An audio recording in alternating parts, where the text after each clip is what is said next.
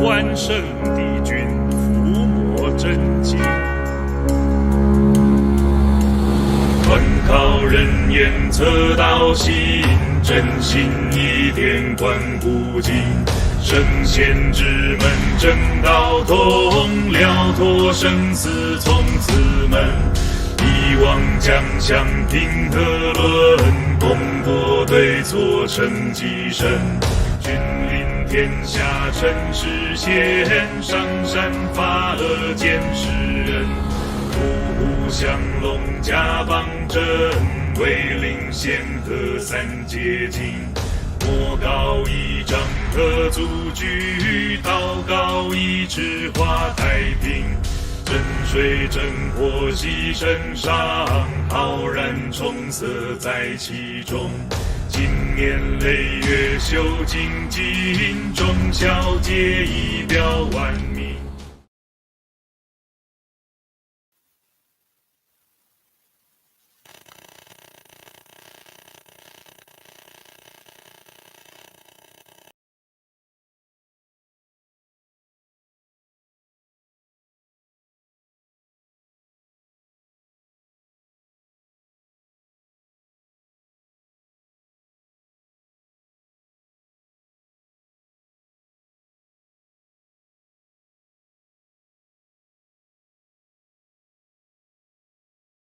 There we go.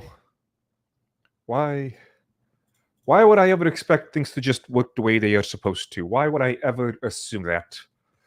Oh boy, alright. So let me know if the audio is working. We got Rumble, we got YouTube. Mr. Glorious Zote. Rumble does have a dark mode. I'm using it right now, in fact. I don't know if I'm going to play Baldur's Gate 3. I mean, I have it on GOG, but also I really don't like how open romance stuff is. I understand. I am in the same boat. I believe video delay, but could be on my end. YouTube does have like a 15-20 second delay. You can head on over to Rumble, though, and Rumble doesn't have any delay. So, also got to get the background music going.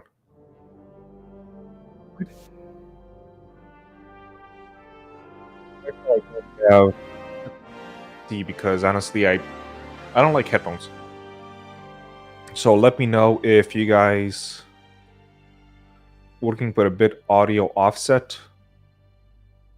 If you guys are having offset issues, reload the stream and it should work again. For just no reason whatsoever. You know, every single week I come on here, I don't change a damn thing and mic works fine. Then all of a sudden today, nope, it does not. Browser mode is dark mode. I never used the app. Okay. So, sounds like my audio was fine at least. I'm assuming you guys can hear the background music as well. I certainly hope so. And all of this should slowly let people trickle in. I've got my setup all nice and ready, so now the chat won't be hidden behind stuff, so I can see what you guys are saying. And I think I've stalled enough to let people slowly but surely trickle in. Thank you all who are joining us, who are going to be joining us, and who are watching the VOD. I am the T-Man as usual, and today we're going to be talking about Baldur's Gate 3. And some of the, not criticisms, but in a weird way, people are trying to hide behind their own ineptitudes, I guess. Rest still at 9,000. Thank you for the $5 over on Rumble. Working fine for me on Rumble. Excellent. Okay. So, before we begin, a bit of a background where I'm coming from, so you know why I say some of the things I say. I am not a Baldur's Gate fanboy in that I never even knew the games existed before Baldur's Gate 3. And if you look at my channel, I made a video reviewing the early access back in 2000 in 2020. So you can get an idea of my general opinion. It's not biased in nostalgia or anything of the sort. It is based purely on the game itself. And just like I used it in the title for pure sake of what's the word I'm looking for? Not nostalgia, clickbait. Baldur's Gate 3 is going to be the Elden Ring, there I said it, of CRPGs in terms of mass, scope, and what people can expect going forward. 1 and 2 are almost a different genre. Again, I've never even played 1 and 2, so I don't know how they would compare. Baldur's Gate is old school. Yeah, first of all, I did a little bit of research for this, because I try and be at least somewhat competent.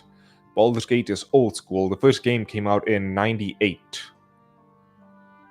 I think I'll just buy some Pathfinder stuff. Pathfinder Wrath of the Righteous. That video game was phenomenal. It had one of the best stories I have ever seen in my life.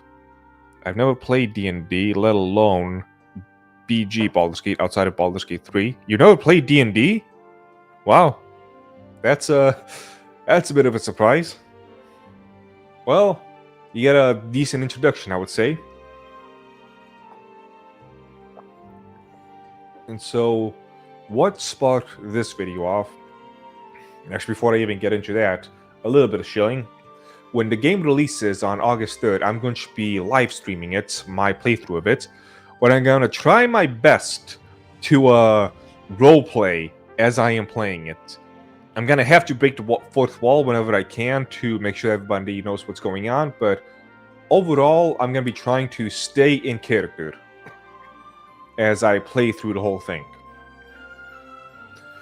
And it's going to be nice because unlike Pathfinder Wrath of the Righteous, I'm not going to have basically fucking novels to read on screen as things go on. I'm not very good at reading and speaking what I'm reading out loud. And I remember that was just a fucking disaster when I was live streaming Pathfinder Wrath of the Righteous. All of this important stuff and they couldn't do voiceovers for it. It was annoying. But still, Pathfinder Wrath of the Righteous is one of my favorite games of all time. And this game is going to take things to a new level. Movies instead. Well, this thing kind of is like a movie. So, before I get into the praise, let's see what exactly sparked this live stream. So go ahead, show. Oh, because I am show on stream. Come on, there we go. What is going on today? Holy shit. Anyway, back to the plots. Why devs consider Baldur's Gate 3 Anomaly, not new standard for RPG genre. Quote, it's rockstar level nonsense for scope. So I'm gonna jump right here into the article itself. So what this is a bunch of people got salty that Baldur's Gate seemed to be so amazing and incredible and just overall awesome. Again, I'm by no means any type of fanboy. Larian Studios, I played Divinity Original Sin 2, and that's honestly the reason why I decided to get the early access of Baldur's Gate 3. Because Divinity Original Sin 2 was, again, one of the best games I've ever played. I think at some point, I gotta think deeply about how I rate various games in terms of Souls-like games, CRPG games, grand strategy games like Total War, and see which ones I actually like the most. It might be one of those cases where it's apples to oranges and I can't really rate them, but I don't know if I played a CRPG which... Wait, no, that's not true. There was one CRPG which I couldn't even get started. Solasta. There was a lot of weird glitches at the beginning and I couldn't even get myself going. But anyway, back to the plot. A few weeks prior to its launch, Baldur's Gate 3 looks like one of the most promising RPGs in recent memory. However, some devs, game developers if you don't know the lingo, are urging players not to rate all other games in the genre by such a high standard, appealing to Larian Studios' unique combination of vast experience and resources. I'm gonna be fair when I can. I'm gonna just tear these people apart when I can. We're gonna get back to this idea of vast experience and resources. There's an article I managed to find while doing research for this that really exemplifies just how much experience, not experience, how much resources the company had to begin with. So what spot? It all started with a Twitter thread right over. You guys, I'll get back to you. Right over here, and we're gonna get into the Twitter thread by Strange Scaffold Head, whatever your name is. Studio best known for Space Warlord Organ Trading Simulator and the upcoming Max Payne-like shooter El Paso Elsewhere. So, before we go into this, let's just look at what he said. First thing I need to point out, this is one of those things that started out as a meme, but as the months and years have rolled on by, it's not a meme, it's fucking true. First thing you notice on his profile, first thing I noticed, he, him, pronouns in their bio. There has been very few things that has been as accurate as having pronouns in your fucking bio that signifies that you have a wrong opinion. It's amazing. It's happened so often at this point. If somebody with pronouns in their bio says drinking water is good for you, I need to look up the conspiracies of water, because they're just wrong too often. I can't take anything they say seriously anymore. Alright. Howdy, I'm new here. Thank you for joining us. Skackable? Ah, you people and your weird to pronounce names. I'm old, I can't. Skackable? Skakeable? I agree, but it could be a company mandated thing, a bad company? Possibly. Red as stackable. Okay, thank you for joining us. Alright, back to the plot. There we go. Alright. Like a lot of people, I'm deeply excited about what the lovely folks at Lyrian accomplished with Baldur's Gate 3, but I want to gently, preemptively push back against players taking that excitement and using it to apply criticism or a, quote, raised standard, end quote, to RPGs going forward. Well, let's finish this off before I begin. You can't separate a game from the process used to build it, so let's look at what Lyrian is taking into development and final version of this game. Dev cycle stretching back to 2017, 2 massive games, and the definitive editions worth of tech and institutional knowledge to draw from. Super successful early access period lasting 3 years, which is a long time. Usually if a game has this long in early access, it's more of a negative. But Lyrian turned into a positive, providing crucial community feedback, bug hunting, and cash flow. Over 400 developers and 7 offices around the world, not including outsourcing partners. The licensed brand and world of one of the largest entertainment IPs in the world, D&D, at epics of popularity, blah blah blah. Small and complete list. Okay, I said I was gonna finish this, but fuck it. I gotta cut into some things. You can't separate a game from its process used to build it, so let's look at what Lyrian did. Dev cycle stretching back to 2017. At this point, my name is normal. What you talking about? Iruant. I don't know how to say that name either. Iruant. I've had it with all of you and your funny names. I wish I could refund it, but unfortunately, early access doesn't count as beta testing, which is basically what was going on. No, I would not. It was more than just beta testing. So you're not entirely wrong, but there's more to the picture. Gloria Zote. Honestly, yeah, there's things like how open the romance is, where everybody can be attracted to anything, including animals. I'm not too much of a fan of myself, but I'm not gonna let that destroy the entire thing for me. Learn to Elvish. Elves. Puh. Right. So, Dev Cycle's Flashback 2017. This is pretty standard for AAA games, and I'm going to get you my article sooner than I expected. 2 massive games, Woods of Tech and Institutional knowledge to draw from. Yeah, that's called experience. That's some pretty basic shit right there. All he's saying here is they have experience to draw from. Guess what? So do other devs. So do other companies that we're going to get to. Because this guy might not be doing any type of major game, running Strange Scaffold, writing for Stranger Things virtual reality. Well, Stranger Things, that's a big thing. You should have a bit more expectations if you're going to do a big IP like that. Most non-Call of Duty games usually take at least 5 years, and they just don't announce it. Yeah, that too.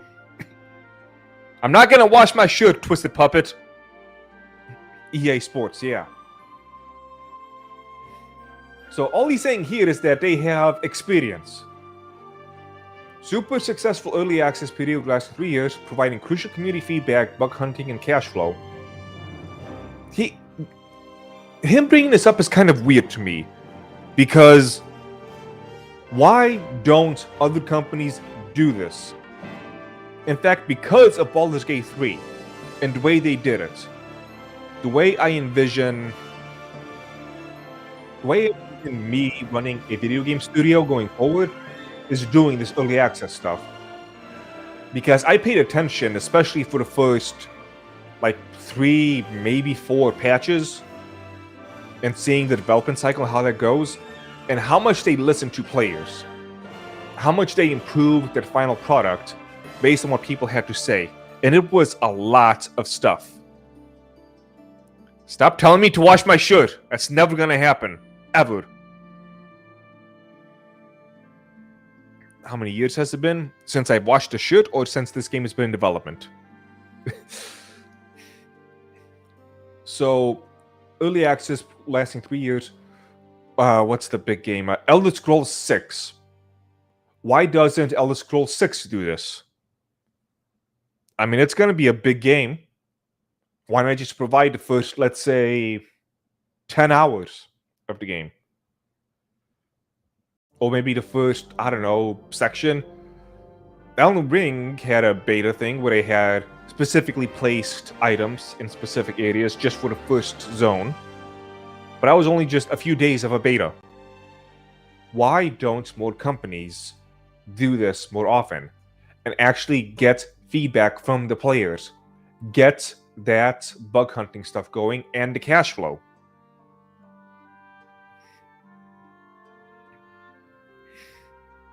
Come on, y'all. We know he has so much. Yeah, okay, enough of my shirt.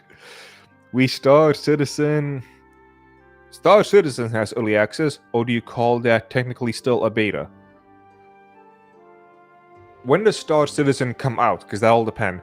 If they're doing it without a set release date in plan, with the intention...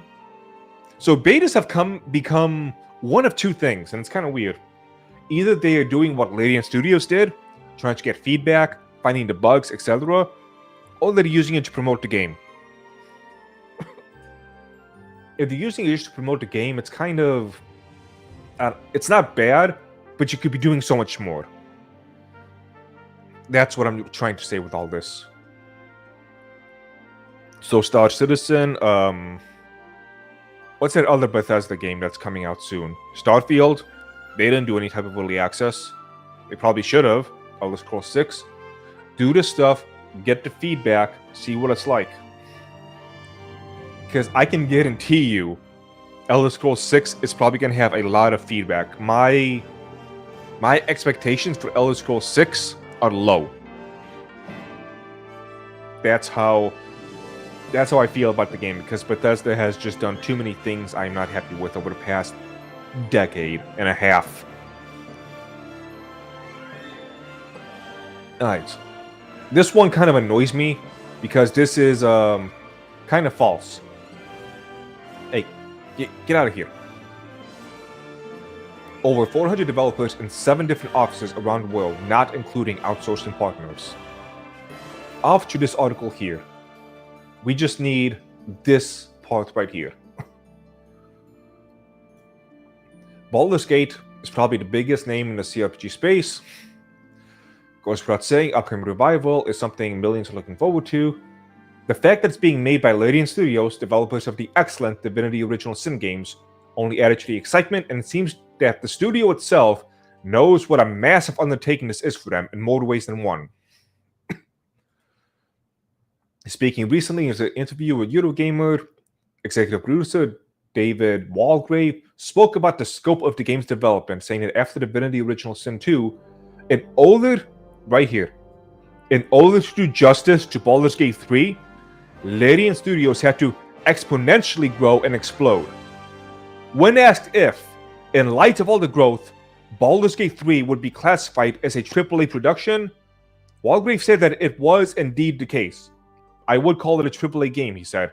It has a AAA budget, has a AAA team by now, and I think that is our aspiration.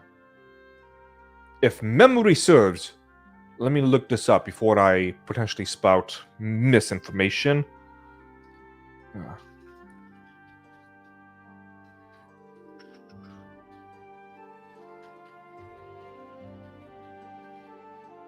No,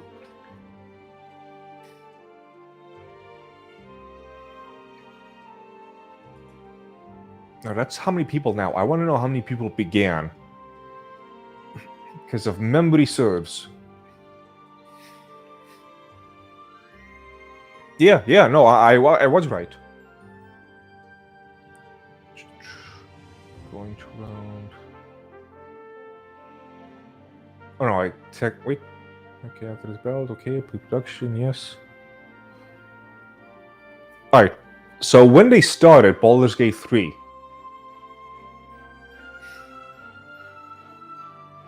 so originally Larian Studios was only around 40 people when they started to work on things like Divinity, which is again one of those just fantastic games that is just amazing. Between now, I'm not gonna pull this out, but basically they're around 10 times the size that they are now, which is 400 people. When they started Baldur's Gate 3, they only had 150. So they more than doubled the size of their studio. These guys were so small that people had to ask them, hey, is this actually going to be a AAA game? That's how small they were. They're still an independent publisher. They don't have Sony money. They don't have Nintendo money. They don't have EA money. They don't have Ubisoft money. They don't have any of that. And they still were able to produce something like this with the budget that they had.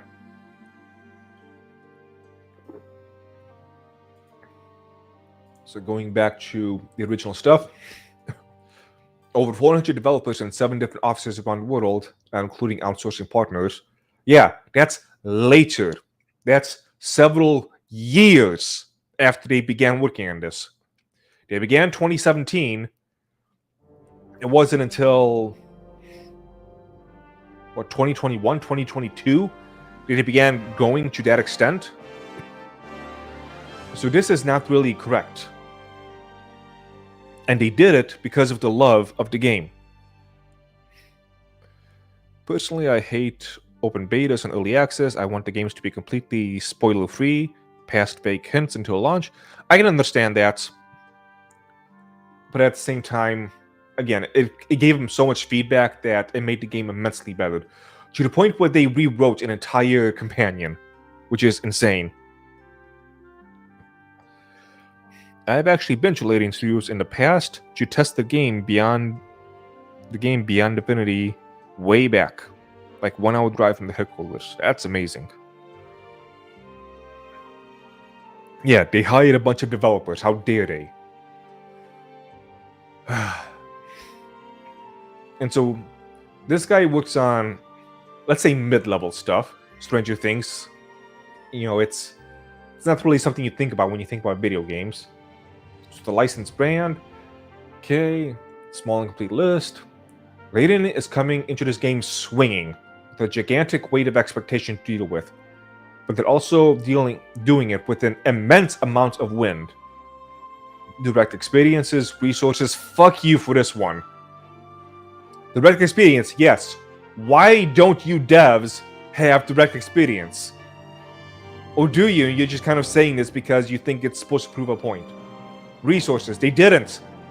They didn't have a bunch of resources. They hired the resources after the fact.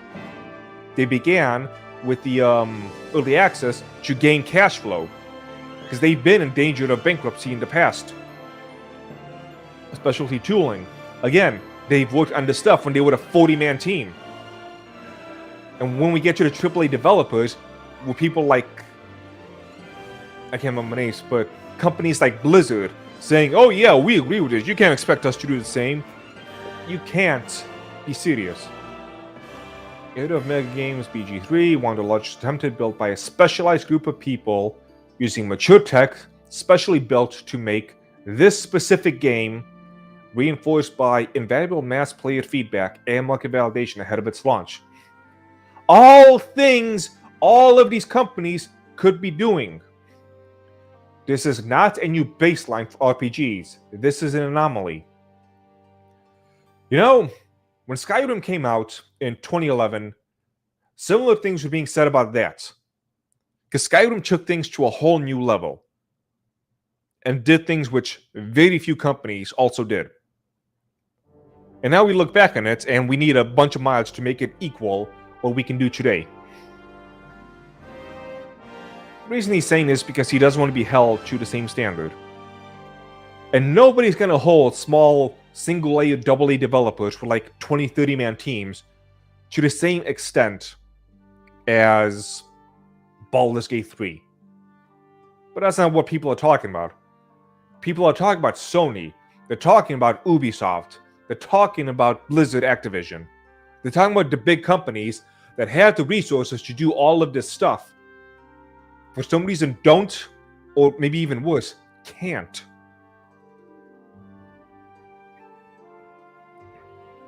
I was just gonna say, they said the same about Skyrim. Yeah. Unlike EA, who tasks devs not used to a particular game to make a game one of their other studios could make. People were calling Skyrim a new standard about Bethesda. Oh, but Bethesda was a huge company with experience, etc. for at least a decade. Yeah, this whole thing about they had experience is just... it's weird to me.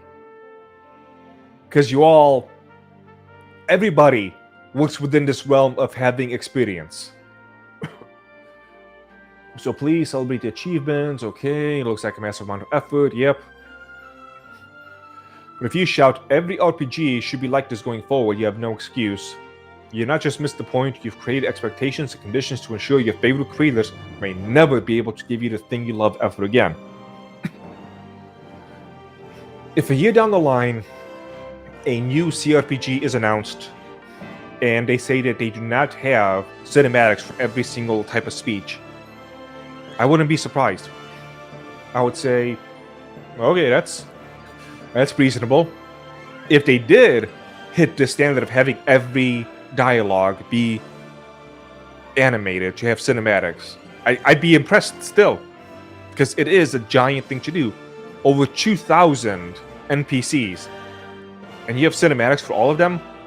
That's a lot. That is a lot. So, getting back here. Let's repeat what he said. How did other developers react to this take on Baldur's Gate 3? For example, Grimlord Games, Spellforce 3, senior narrative designer Rebecca Hardwick noted while she expects BG3 to be a once-in-a-lifetime RPG, she hopes no one expects a 10, 20, 40-person team to make one. No one is expecting that. Also, real quick. Again, she heard. Of course, she would do the straw man. Previously, worked for BioWare. Wasn't BioWare... Hold on. Yeah, BioWare were the people who originally made Baldur's Gate before they went out of business. So if you want to talk about experience and whatnot, you were part of the original team, or maybe not you specifically, But you work for the company that originally made Baldur's Gate. So why are you telling the new Baldur's Gate they cannot be expected to be the new trendsetter? I'm pretty sure that's what people also said about Baldur's Gate 2. You could argue Elder Scrolls 6 does exist in a certain development phase. It's due out in 2026 according to FTC filings, possibly. At this point, I don't know, and I don't know how much I even care. So again, this is a straw man. We're not talking about these teams. We're talking about Insomniac Games design manager Ryan McCabe urged others not to use a singular game to set expectations for everyone developing RPGs because it isn't useful and instead foolhardy. Who are you, Ryan McCabe? Let's click on you right here. Again, he, him, his, every time. Design manager for Insomniac Games. What is Insomniac Games, you might ask? What type of stuff do they work on? The Spider-Man franchise. So you have all the money of Sony, Marvel Entertainment. You have these people who can give you money. You have the experience. You have the resources. You have the knowledge. You have the tech. You have all of this stuff. Insomniac Games. Again, they're owned by PlayStation Studios, which is owned by Sony Interactive. The parent company of Sony Corporation of America, which is owned by Sony. Does it stop there or does it keep going? Nope, stops there. Their income, let me see if I can find it. Operating income, 1.208 trillion, which translates to about $8 billion in 2022. So in 2022, the parent company had $8 billion to work with. And your latest fucking Spider-Man game, Insomniac Games, looks like just a copy and paste of the one from 5 years ago. Insomniac Games has some solid games, not gonna lie. Ratchet & Clank, Wolverine, Spider-Man 2, Miles Morales.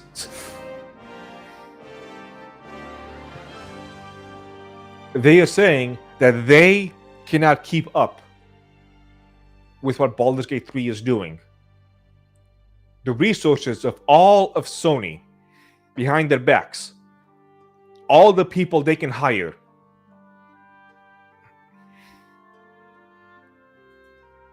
don't compare yourself to those with experience. It's something you see to creators learning, not the audience who consumes it. Yeah.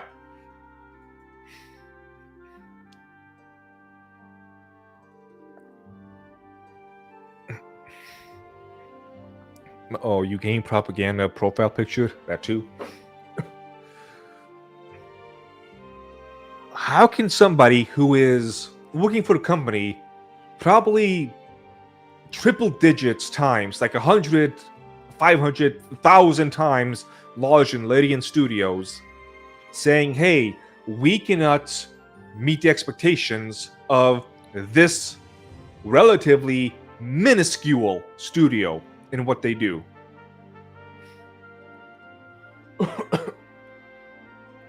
They're making massively different genres. Why would they compare Spider-Man to Baldur's Gate 3?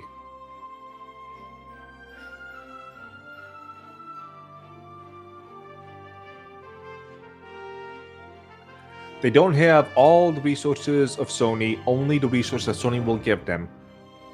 That is true, but then it also kind of falls on Sony because Sony can give them more. Sony has the ability to churn out multiple Baldur's Gate 3 level games if you look at experience, tech, money, but they don't. They don't even come close, and that's the problem. So that's why you have a problem with people like whatever his name was. Go back to that screen. Back. Problem with this guy saying, hey, comparing everybody to them is not useful, instead foolhardy. That's insulting. coming from somebody who works at Sony.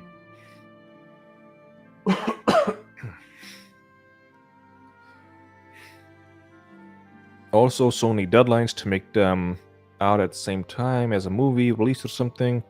Well, again, that's their faults. I don't care. That's Sony messing up. Like, you can't expect us to have the same standards. Like, delay it if you need to. Baldur's Gate did. Delay it by at least a year. Mostly thanks to COVID and whatnot, but Sony got lazy over the last 2 consoles. Xbox is even behind Nintendo. Yeah, all these large companies just cared about the money and nothing else. Speaking about caring about the money, I do accept super chats and Rumble rants. So if you guys want to donate to the stream, by all means, you can also go to my website, Dragon's Treasure, buy some tea. Let's get back to the plot. Hi. Next person.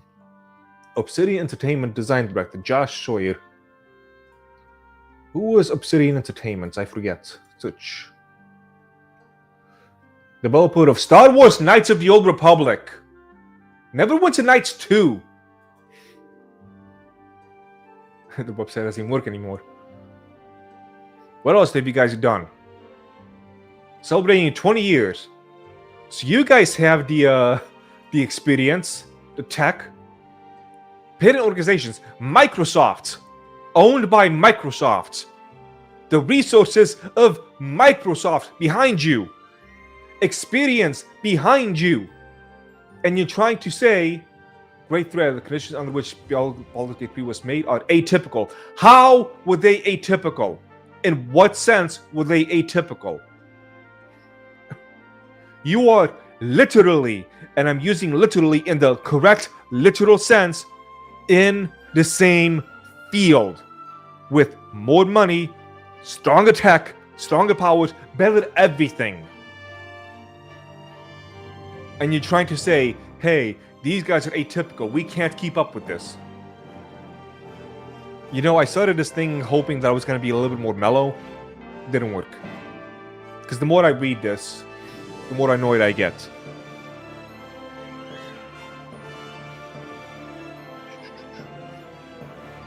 Nick Tringali, game designer at Lunar Division, Banished Vault.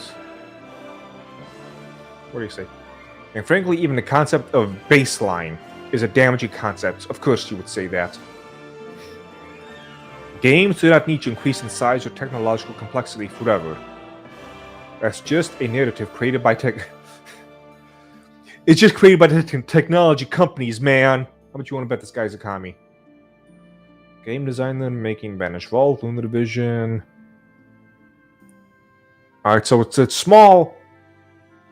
whatchamacallit? Small developer. So no one expects you to make the same games as them. But again, they, them, pronouns in bio. Your opinion, and you're in Chicago. Doubly so, your opinion is worthless. I don't need you anymore. Let's go back here. Again, all these people with pronouns in the bio. Need some calming tea? I got Ares' final gift. That comes me enough. Though I'm almost done with it. Felipe Pepe, I'm assuming his last name is Pepe, editor of a CRPG book project, compared the situation around BG3 to what BioWare did with Baldur's Gate 2. Equipped with the engine and the right team, the studio spent 2 years crunching and made one of the biggest RPGs ever. You're talking about Baldur's Gate 2.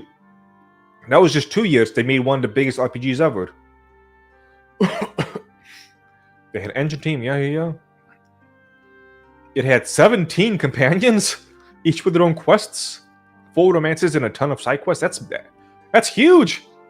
Baldur's Gate 2, what year was that? Like 2000?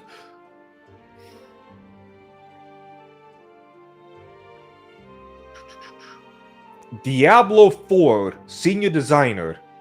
So again, the resources of Blizzard, Activision Blizzard, all of the resources behind them.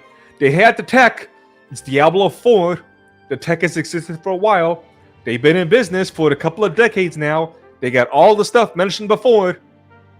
Also agree with Nelson Jr., saying that it is important to remember that not all studios operate under the same conditions. He compared Baldur's Gate 3 to Ultimate 7, the favorite RPG of lady and founder Sven Vinke. That's a game that had 12 years of prior games feeding into it. Give me one quick second. First of all, let's find out if you're a senior designer. Yep, she, they. There you go. Every time. When did Diablo 1 come out? Let's find out. 1996.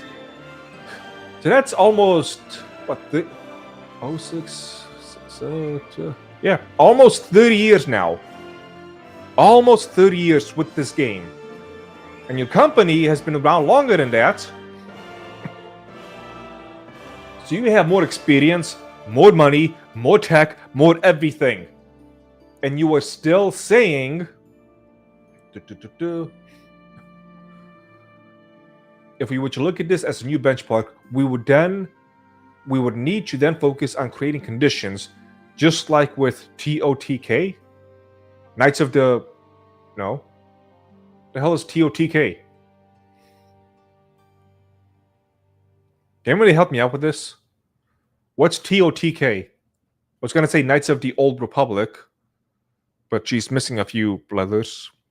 There's no K in it.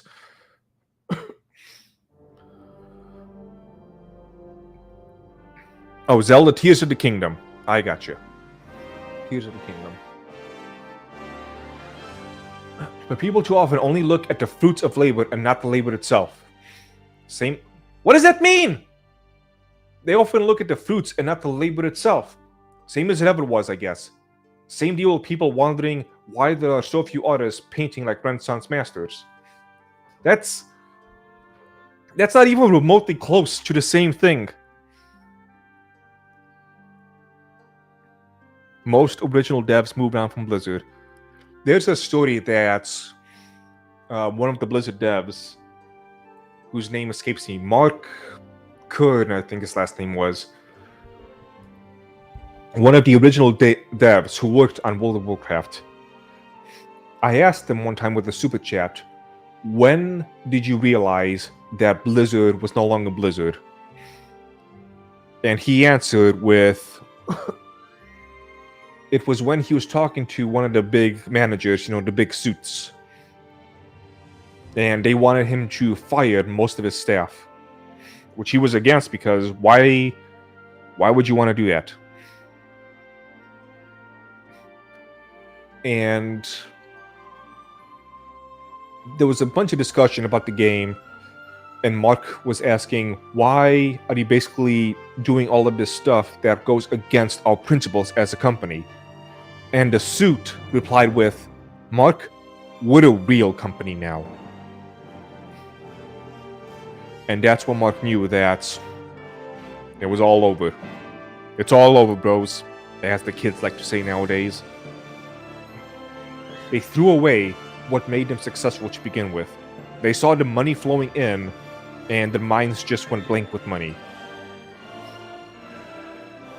It's sad and pathetic.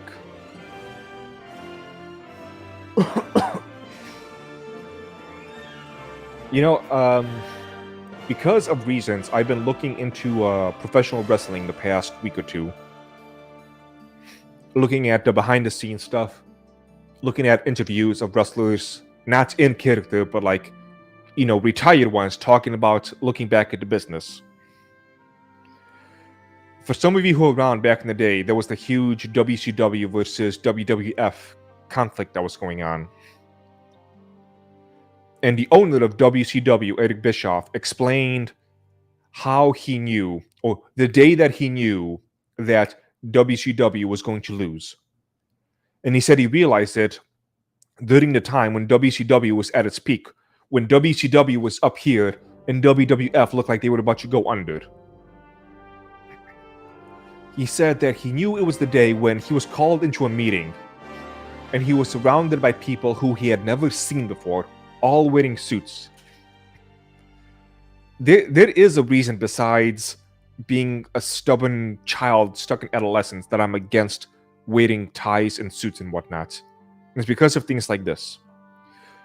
surrounded by people in suits. He had no idea who they were. But they worked for who owned WCW? TNT, I think, owned them. And they came in saying, "Hey, look, guys, we see you're very successful and you're about to put WWF under, but we need you to make several changes. We want you to become more kid-friendly so we can sell more to kids, so they can buy more toys, so they can buy more t-shirts, so they can do all of this other stuff." And Ed Bishop was just looking at him like, you're telling me to do away with all the things that made me successful, that is continuing us growing, that is making us defeat our competitor. You're telling me to throw all of this away, not to make money so profitable. We're already profitable. We're already making a shit ton of money. But you're so greedy, you want to jeopardize everything so you can make more. And they basically said, yes. And so that's when he knew it was never going to last. And sure enough, WCW folded because of the direction they went. Because a bunch of guys in suits who know nothing about the brand they were destroying said, hey, do this thing because we probably heard in a seminar a couple of years back, this is the way to make more money. And so we're going to pass this on to you. Type of bullshit. Publishers don't care. Yeah, that's basically what it is. It's one of the reasons why I'm trying to think of the right words to make people understand this. I would be, I can say this. I'm not going to get banned if I keep it this vague. I would be violently opposed to anybody else laying claim to the Dragon's treasure. If there is ever a case whereby some legal bullshit, somebody tries to undermine me and gain some level of control of my company, things will be destroyed. And I will leave it at that. That is how adamant I am about nobody ever touching my company. Because I see what happens when these people who only care about the ever-important dollar do. And that's how I view all of these people right here. I do not view a single one of these people as being the type who actually care about what they produce. Who actually care about the artistry of it. The passion is just gone. They are working to make a paycheck. And Baldur's Gate 3 went well beyond just working for a paycheck. I mean, the panel from Hells, where they would rent out a literal castle, using, again, literal in the literal sense, an actual castle they rent out and dress up for all of their panels from Hell to give the presentations that they do. They don't need to do any of that. And it worked. It was awesome what we got going on in chat. I still gotta work on my setup here. I could go all day with why the wrestling business died. It died more than once, yes. Ted Turner of Turner Broadcasting owned WCW. He owned it in the sense of in the sense of how Sony technically owns Insomniac Games, but Insomniac Games still has a head person, and my cat has decided to join us. To sell to kids, aka PG era of wrestling, which did indeed kill the wrestling business, along with hotshotting? What's hotshotting? Mr. Clarence.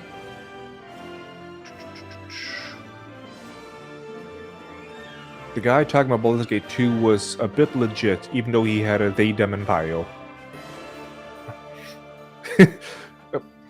At this. Get out of here, Beal Chuckle. They want to click and I want to click in this. Renting a castle only costs 3 sheep, though. I think it depends on the game. A lot of casuals still pre-order games.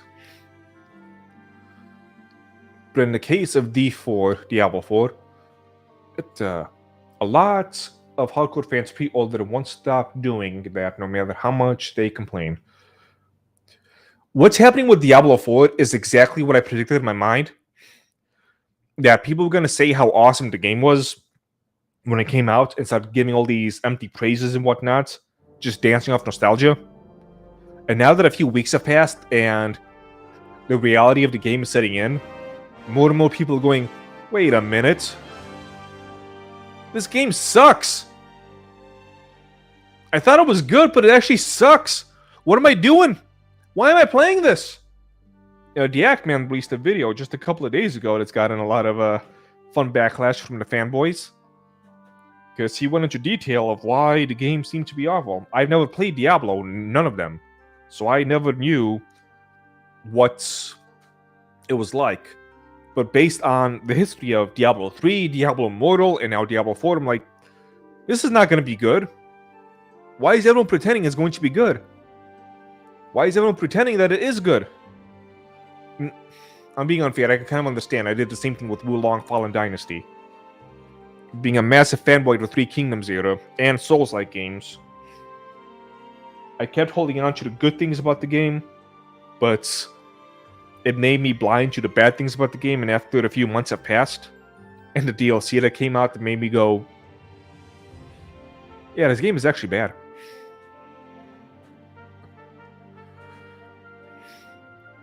What we got, Mr. Andrew? I still enjoy it. The friends who had time to max level in the first 3 weeks are bored. I didn't have time to do that, so I'm still having fun. You know, it's actually a really good point. That's an aspect of games that seems to have been lost nowadays.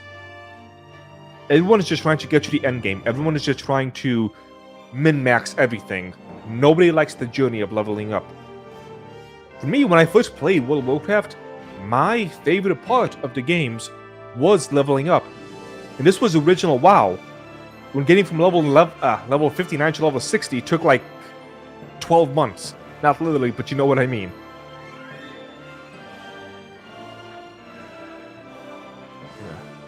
Blizzard games are all fantastic on the surface. I lost interest in Wulong once the gender shit popped up. I can understand it. It did give me some warning signs myself. Look at the slightest signs of woke and avoid that shit like the plague. You gotta be careful. There was somebody I was talking with on Twitter that had a similar take, but they could not specify what they were talking about. Don't let the mind virus of the woke people define what you like and dislike. There's too many people who do that nowadays, where they look at what the other side likes or dislikes, and they say, because of that... Wait a minute, you know what I could do? Hold on a second. Get out of here, Andrew. Share. Screen. It'd be a window, wouldn't it? I can pop this up, right? Yeah, there we go. I can pop up the live chat right here. There we go. Well, I touched me. Well, it wasn't bad because of any woke stuff. It was bad just because of painfully repetitive and simple gameplay. And really awkward power spikes. And more often than not, this is the case.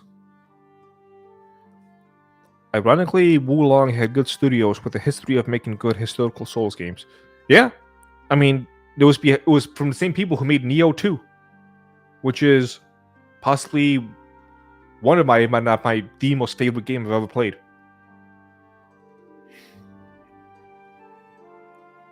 I thought people already played the hardcore delete character when they die. Getting to the end of Final Fantasy XIV also takes 12 months, but it's because there's so much story and side content. Thank you for shaking my camera, cat. Yeah, the story and side content. Nobody cares about stories anymore. It's kind of annoying. Like, stop min-maxing. Stop trying to get to the end. I swear, it's like people listen to music only to get to the end of it. It's like the people who play, who watch anime at 1.25 speed, or 1.5, or even double speed. The hell is wrong with you? That's not healthy. That's not good. It should be one of those things where I don't have to explain to you why that's wrong. Honestly, I play Diablo alone, and that's how it should be. It should be a single-player game. Bigger problem I had in D3 and sometimes in D4 was party play. Everyone wants to play it different. I want to listen to NPCs and stuff. Fully understandable. I'm the same way as you.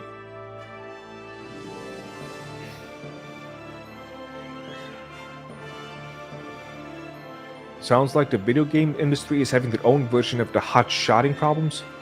Explain to me what the hot-shotting stuff was. It came from the wrestling thing that was mentioned. I can't remember what the hot-shotting was. Rushing releases, going for a short-term boost instead of a long-term coherent story over shock values.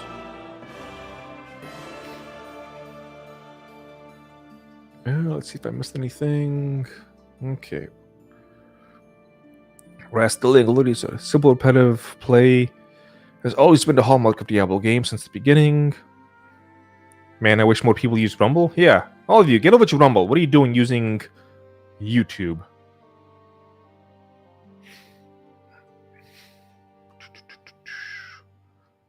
Hasha definition is above. Must have missed the getting. Diablo 2. Still enjoy it. Sometimes. There we go. Hotshot. A rushed feud. Climax of a feud. Or big match on television instead of a pay-per-view in order to get a short-term boost for business. Ooh, yeah, that's also bad. Also applies to angles or turns that are done for shock value rather than acting as part of an ongoing... Yeah, that did happen a lot back in the day. Post-Attitude Era.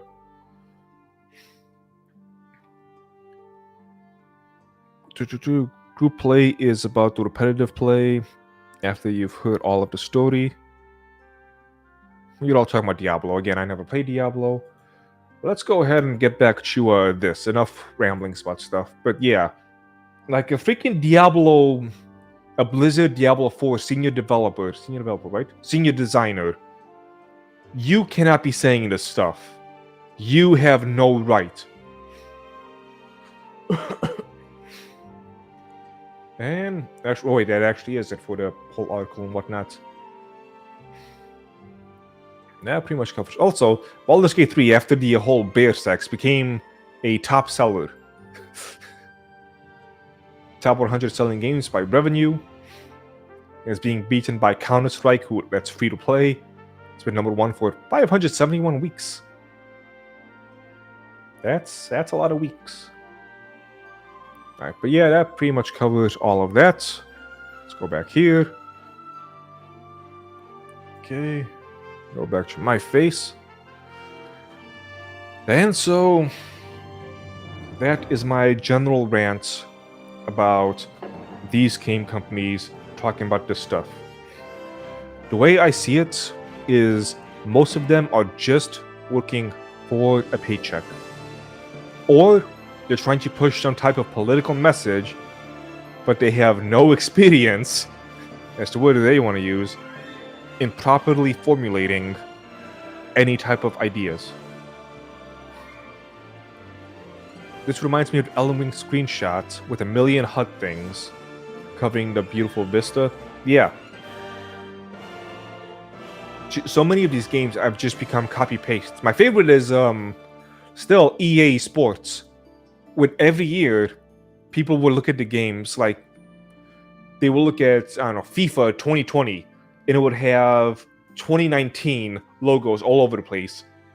Because they, again, quite literally just copy and paste and just make a couple of little changes here and there. And now we got companies that work for, or we got people who work for companies of this size who are trying to pull this game of, you can't expect this much from us. For a game like Elden Ring, I think it'll be years before another company releases a game of that large of a scale.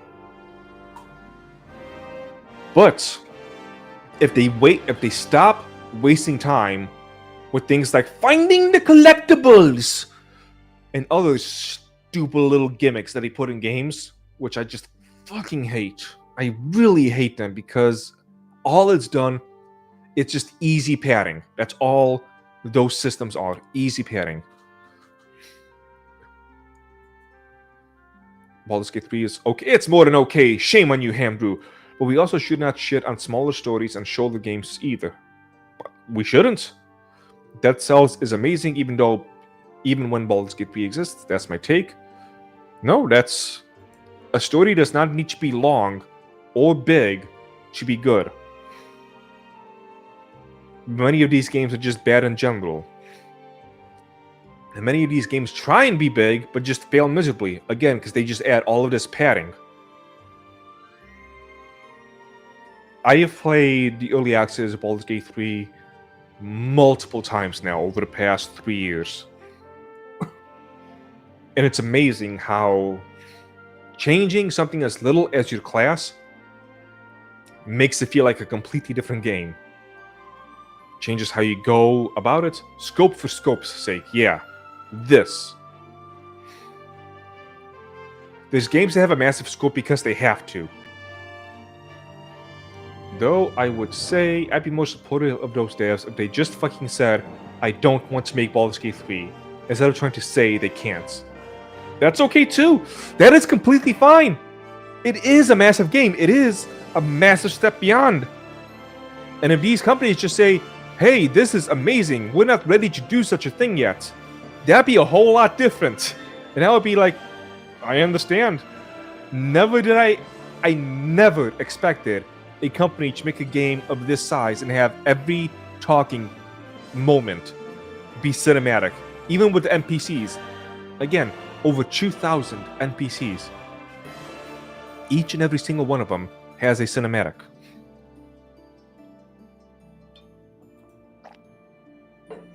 There it is. Let me pull this up on screen. 1 second. Throw you up here. Show on screen. This guy. Press Alt plus F4 to upgrade weapon. This is what Elden Ring would have looked like if you let Ubisoft or Blizzard or any of these other freaking games. This is what it would be like if we let them control it. Yeah, no one said Baldur's Gate 3 would be the standard. I never thought Elden Ring was the standard. I never thought Baldur's Gate 3 was the standard. It is really weird that these companies would be hiding behind that straw man.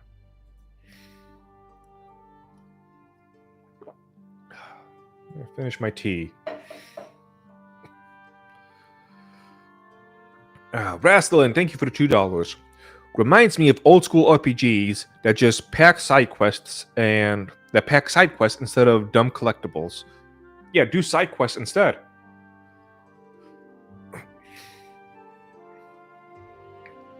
Why are y'all over here instead of Rumble? Good question. What are all you people doing? Okay, I'll post the Rumble link to the YouTubes.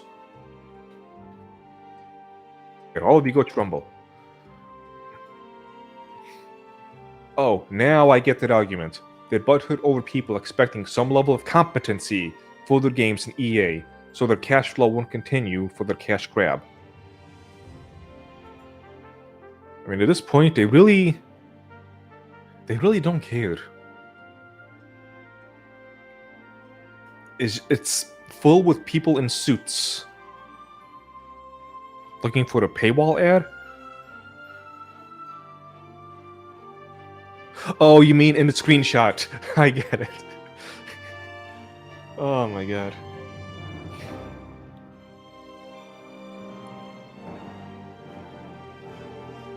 Nah, I'm cool on YouTube.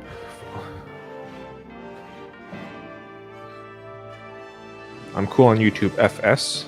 I don't know what FS stands for, but if you want to, I guess that's why I'm dual streaming.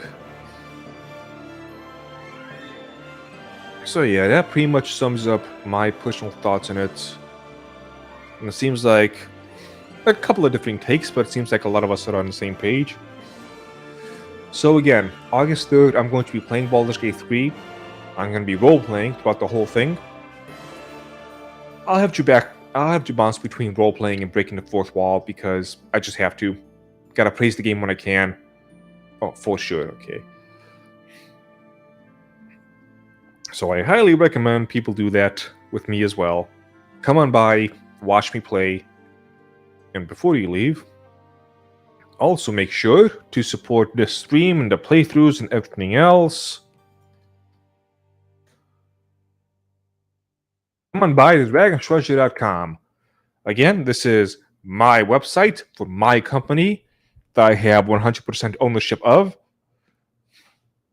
Help support what I do, both in terms with the business and the YouTube stuff. Try some tea, become Only Tea's Tea of the Month. Get yourself a tea every week, 2 weeks, or a month, various sizes. If you don't like tea, Dragon Swings. This is our, basically our version of Patreon, but you get a bunch of other little bonuses, including tickets for our giveaways. So that is ultimately my little shtick. Later today, everybody, I'm going to be on another channel. Let me link it in the description as soon as I find it. But we'll be talking about Isekai. I have a strong feeling I'm going to be blindsided.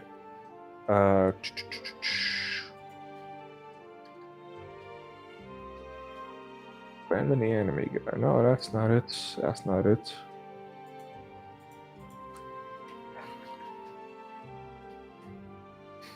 There we go. Brandon the anime guy. Okay, bam. Posted on the YouTubes and on Rumble. We'll be talking about Isekai, but I'm probably going to be questioned on my beliefs with all that. Alright. Do I get a shakeholder stake if I purchase 3 sheep of stock? Asking friend. No. A big Twitter thread obfuscate all the money and why they're really angry. Side quests can be actual work, just hoping the new Fable is good. My money is going to be on no. We'll see, but my hopes are very low. I know some people in chat, Mr. Cold Frost, may feel otherwise, but for me, Fable was always an okay series, okay IP. And from what I've seen of the remake, I have no reason to think it's going to be good. Was it about us Isekai? Right. So again, around 7 or 8 p.m. Central Time, see me on Brandon the Anime Guy. We're going to be talking about that. And I think I've covered all I need to cover. So with all of that, thank you all who have joined us. And I will see you later. Farewell.